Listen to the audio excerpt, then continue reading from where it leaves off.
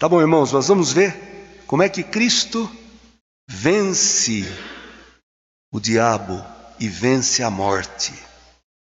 Esse evangelho é maravilhoso. Começa descrevendo o pedido desse Jairo, né? Que tem essa criança que está morrendo, sua filhinha de 12 anos. E ele pede humildemente, se prostra diante de Jesus, e Jesus o acompanha, e no meio do caminho aparece uma mulher, essa hemorroísa, uma mulher que tinha há 12 anos sofria de uma hemorragia. Interessante, irmãos, a menina tem 12 anos. 12 anos é quando a menina começa a se tornar uma mocinha, começam as primeiras menstruações. Só que essa menina não pode ser mãe, porque ela está morrendo e vai morrer.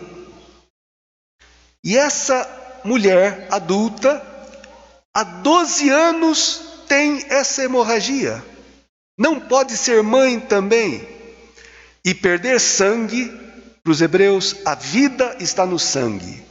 Perder sangue significa perder a vida. Essa mulher está morrendo aos poucos. E vocês sabem que, como os judeus têm uma coisa, a partir do livro do Levítico, de pureza. E perder sangue torna a mulher impura ritualmente. Ela não pode tocar em ninguém, nem ser tocada por ninguém. Ela não pode nem se aproximar direito das pessoas. Então, vocês imaginem, aqueles que pegaram o Covid e se trataram em casa, ficaram aí uns 14, 15 dias de quarentena, né? Isolados. E já sofreram, porque não era fácil ficar no quarto, sozinho, e de repente alguém te entregava uma bandeja, uma sacolinha para você comer, e não poder estar com as pessoas, conversar com as pessoas, amar e ser amado. Agora imagine uma quarentena de 12 anos.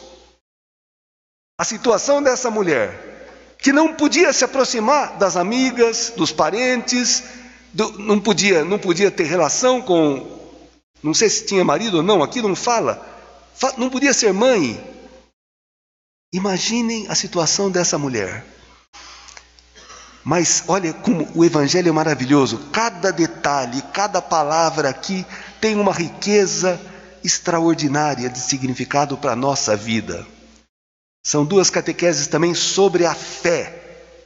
Essa mulher diz assim: há 12 anos estava com uma hemorragia, tinha sofrido nas mãos de muitos médicos, gastou tudo o que possuía e em vez de melhorar, piorava cada vez mais. Também nós, irmãos, temos uma hemorragia. Também nós perdemos a vida.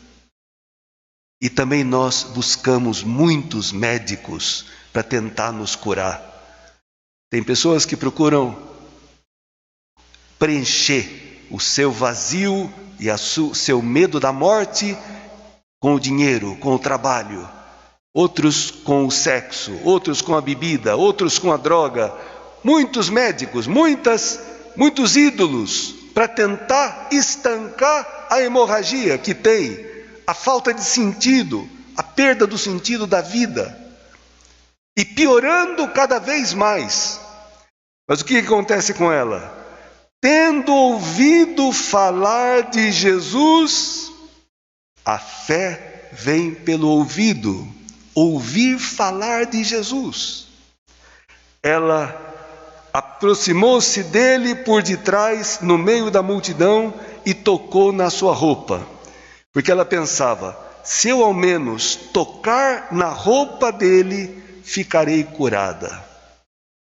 Mas ela sabia o risco que ela estava correndo. Porque a multidão, presta atenção, diz que Jesus estava no meio de uma multidão e era comprimido por ela, pela multidão. Todo mundo estava tocando em Jesus. Mas só essa mulher foi curada. Todo mundo estava esbarrando em Jesus.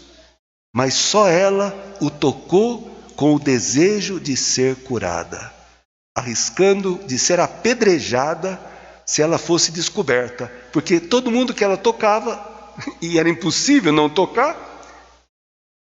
ficaria impuro ritualmente.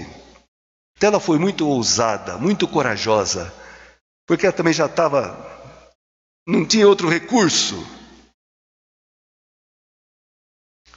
Ela toca no manto de Cristo e diz: a hemorragia parou imediatamente e a mulher sentiu dentro de si que estava curada da doença.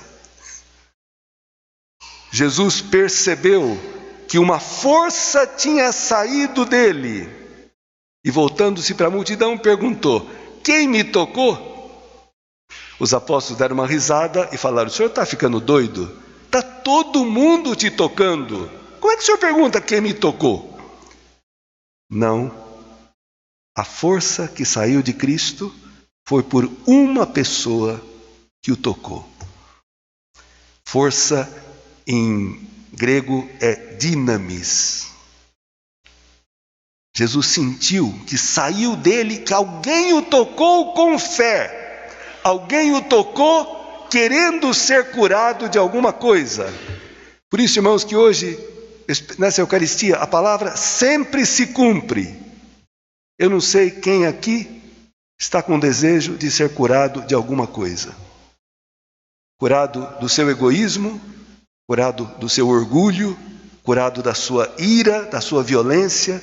Tem gente com estopim curto que primeira dificuldade estoura e causa um desconforto, né? Curado do quê? Não sei, você está dependente da pornografia, não consegue viver sem. E aquilo te estraga a mente e a tua relação, tua intimidade com a esposa.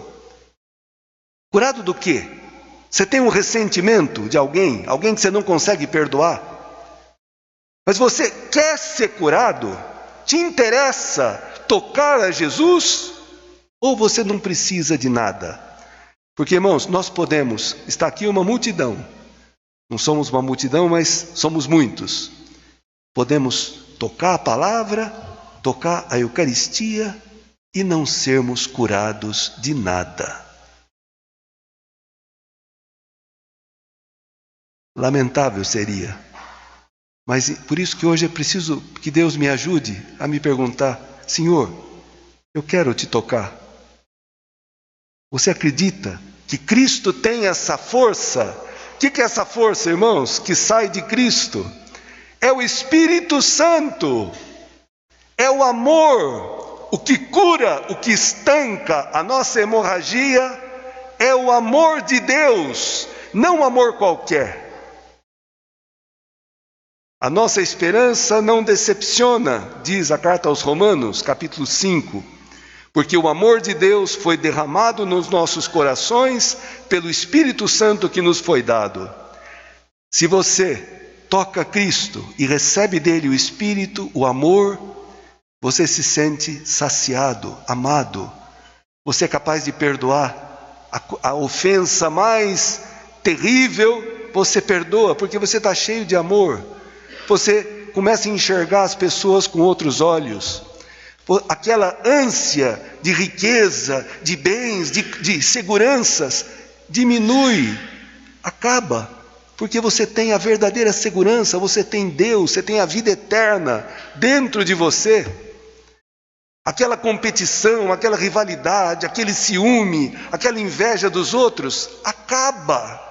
Porque você se sente a pessoa mais rica, mais feliz do mundo, com o que você tem, com o que você é. Você não precisa mais olhar para o outro assim como um competidor, como um inimigo. Você se reconcilia com você, com a tua história, com Deus, com os outros. Tocar a Cristo. Hoje nós podemos tocar a Cristo. Através dos sacramentos, através da Eucaristia, crendo nessa palavra, através do sacramento da penitência, um sacramento maravilhoso que as pessoas muitas vezes não usam, não usufruem, preferem pagar para serem curadas, porque tem uma necessidade imensa de falar, de pôr para fora. Mas Deus, que ama os homens, deixou na igreja um sacramento extraordinário, que ressuscita os mortos, que cura os doentes, e é gratuito, não porque vale pouco, porque ninguém poderia pagar, alguém já pagou. A segunda leitura tem uma frase que é para escrever e colocar num quadro. Fala assim: São Paulo está exortando os coríntios a serem generosos numa coleta, porque os cristãos de Jerusalém estão passando fome. E Paulo, que pregou para os gentios, visita essas comunidades e fala: olha, vocês têm a oportunidade agora de ajudar aqueles irmãos que, de onde vocês receberam a fé, o Espírito Santo, a graça de Deus, agora precisam de uma ajuda material. E vocês são chamados a essa boa obra, ajudar aqueles irmãos. Porque, irmãos, quem tem o Espírito Santo não vive no egoísmo, pensa nos outros, descobre a alegria de amar, de servir, de ser útil às pessoas, encontra o sentido da vida no amor, não em viver egoisticamente para si. Pois bem, mas São Paulo fala: conheceis a generosidade de nosso Senhor Jesus Cristo. E a palavra traduzida por generosidade não é bem essa, é caris, é graça. Conheceis a graça de nosso Senhor Jesus Cristo, que sendo rico se fez pobre por causa de vós, para vos enriquecer com a sua pobreza. São Paulo gosta dessas coisas que parecem contraditórias. Como é que alguém pode enriquecer o outro com a sua pobreza? Vocês já viram uma pobreza que enriquece? Vou explicar.